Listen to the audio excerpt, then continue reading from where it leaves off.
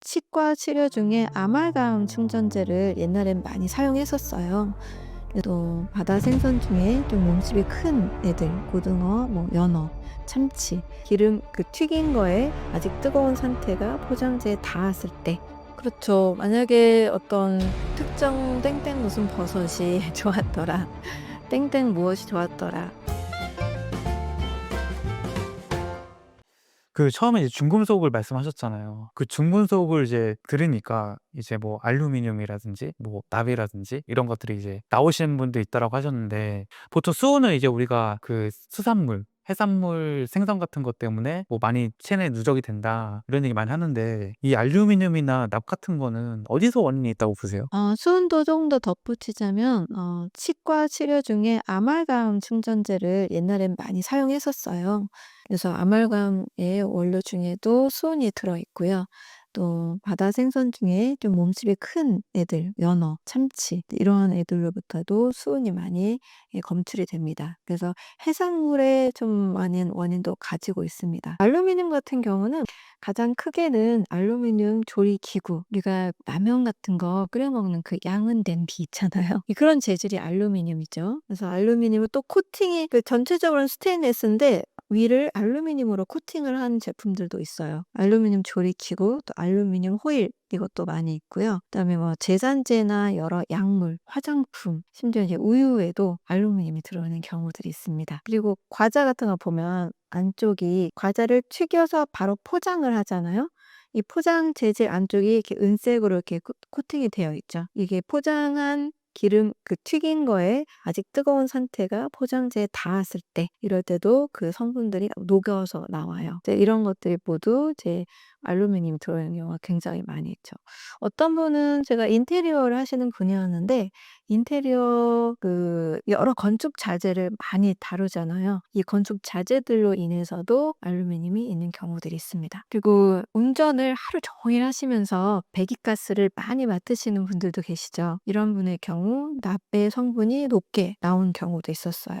그리고 병원에 이제 방사선 치료를 너무 많이 받으시는 분들의 경우 이제 우라늄 성분이 좀 많이 나온 경우도 있었습니다. 그런 걸 보면은 우리가 이런 중금속들이 독소의 한 요인이고, 이런 것들이 추적돼서 결국엔 암으로까지 발전할 수 있다고 본다면은, 진짜 이게 어떤 일을 하고 있느냐도 진짜 암에 굉장히 밀접한 관련성이 있는 거네요, 이게. 지하에서 건축 일을 하셨던 분들, 공사를 하셨던 분들, 또 이제 성면을 많이 이렇게 또 마실 수밖에 없는 상황, 또 그리고 직업 중에 또 옛날에 광부들, 그런 광부들의 경우 진폐증에 많이 걸기도 했었고, 당연히 이 건강과 직업의 환경은 당연히 연관성이 매우 높습니다. 근데 환경학과가 있잖아요. 그 환경과 건강의 상태를 계속 이제 같이 연관지어서 연구하는 또 학문이 있기도 하니까요.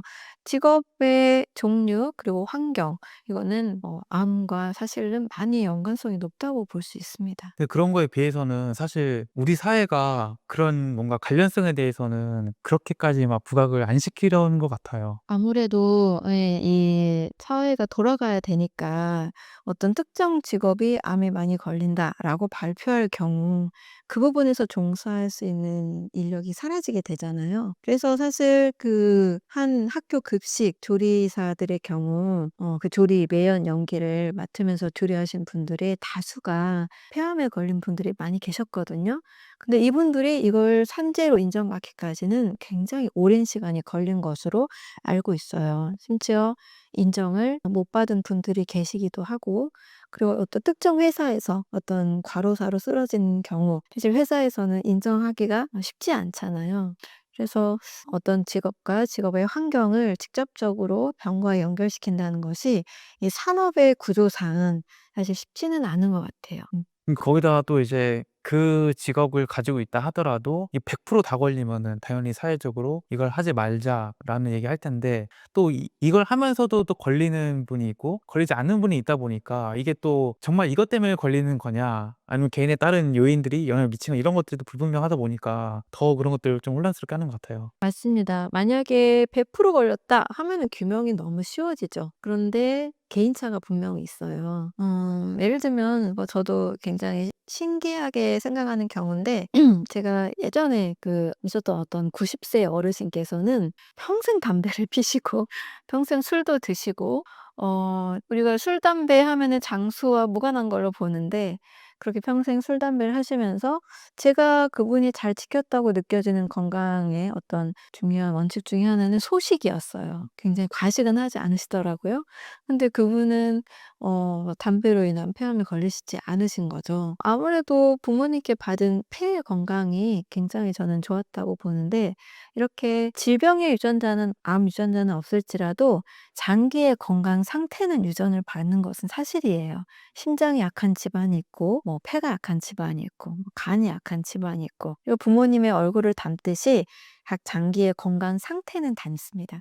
근데 약하다고 다 암에 걸리는 건 아니죠. 근데 약한 상태의 분이 예를 들어 폐암에 잘 걸릴 수 있는 그런 매연을 많이 맞는 환경에서 일한다. 뭐 이런 분은 암에 걸릴 확률이 높죠. 하지만 강한 폐를 유전으로 받은 분의 경우 그런 곳에서 일을 하더라도 영향을 받지 않을 수는 있는 거죠. 그래서 선천적으로 약한 장기를 좀 파악하는 것은 저는 꼭 필요하다고 봐요. 내 몸을 그래도 건강하게 유지할 수 있는 그런 방법을 찾게 됩니다. 근데 저의 경우도 폐가 유전적으로 강하진 않기 때문에 공기에 좀 신경을 쓰는 편이고 또 공기를 좀 최대한 좋은 곳에서 살아야 하는 그런 운명을 가지고 있는 거죠. 그런 것들이 참 어려운 것 같아요. 뭐 대표적인 가공식품 중 하나가 이제 라면이 있잖아요. 봉지라면. 이런 것들이 정말 가공식품이니까 또 첨가물도 많으니까 또 그 면을 튀긴 사실 그 기름도 이제 팜유를 쓰는 거잖아요. 그런 거 봤을 때 너무나 안 좋은 식품이라서 "라면을 먹지 말아라." 이제 하면은 이제 아실지 모르겠지만 그 안성탕면만 먹고 막 장수하신 그 할아버지가 계세요. 아니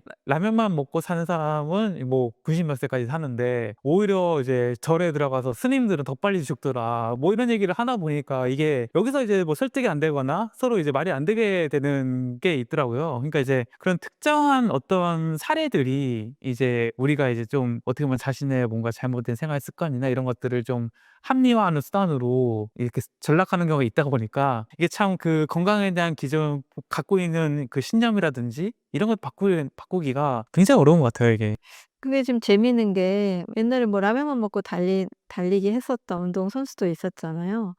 정말 개인차는 많이 있는 것 같아요. 그리고 특별한 하나의 사례가 부각이 되면 그거를 인제 합리화하고 믿고 싶어지는 대중의 심리가 있는 거죠. 사실 너무 재밌잖아요. '나 평생 라면만 먹었는데 예 건강에 아무 문제가 없었다.' 아주 특별한 사례죠. 그분은 정말 특별히 더 건강했을 것 같아요. 간도 건강하고 췌장도 건강하고 해도 정말 잘하고 특별히 건강했던 분인데 그 하나의 사례를 일반화하고 대중화하는 것이 맞지 않은데도 사람들은 너무 신기하고 재밌으니까 쉽게 받아들이는 경향이 있는 것 같아요. 워렌 버핏 무슨 "콜라를 마셔도 문제가 없다." 하지만 콜라가 분명히 뭐 일부 사람들에게는 해로움을 끼친다는 것도 우리가 또 알고 있잖아요.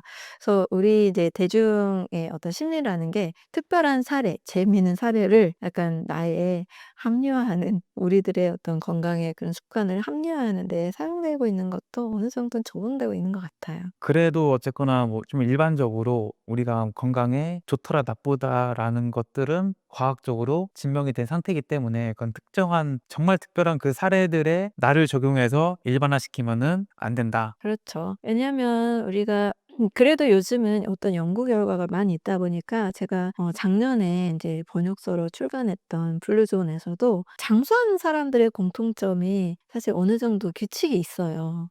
여기는 음식만은 아니고요. 살아가는 그런 삶의 목적이나 태도, 어떤 공동체 유대감 이런 모든 것들이 조화롭게 이루어져 있는 거죠. 그래서 여러 자료들과 여러 이제 패턴들을 보니 건강하게 장수하는 사람들은 어느 정도 공통점이 있는 거죠. 이런 공통점들을 살펴봤을 때 특정 몇 명이 잘 버텼다라는 거 빼고 가공식품의 주로 해로움들 어떤 음식이 좀 더 사람에게 더 좋은지 이런 것들이 어느 정도 데이터로 나와 있기는 합니다. 근데 이제 요즘은 워낙 정보가 많다 보니 사람들이 약간 편향적으로 바뀌는 것도 사실이에요. 뭐 고기가 좋다더라, 뭐 채소가 좋다더라, 이 편향적으로 그런 정보들을 좀 받아들이기가 요즘 이제 미디어 때문에 그렇게 좀 바뀐 것도 사실인데 최대한 그래도 좀 내가 납득이 될 만한, 그리고 내가 적용했을 때 내 몸이 좀 더 수월하게 받아들이는 것을 좀 자신의 건강을 위해서는 좀 검증할 필요도 있다고 봐요. 무조건적인 신뢰가 아니고, 또 뭐 논문에 예를 들어서 또 너무 무조건적으로 받아들이는 사람도 있는데, 논문은 쓰는 사람의 입장에서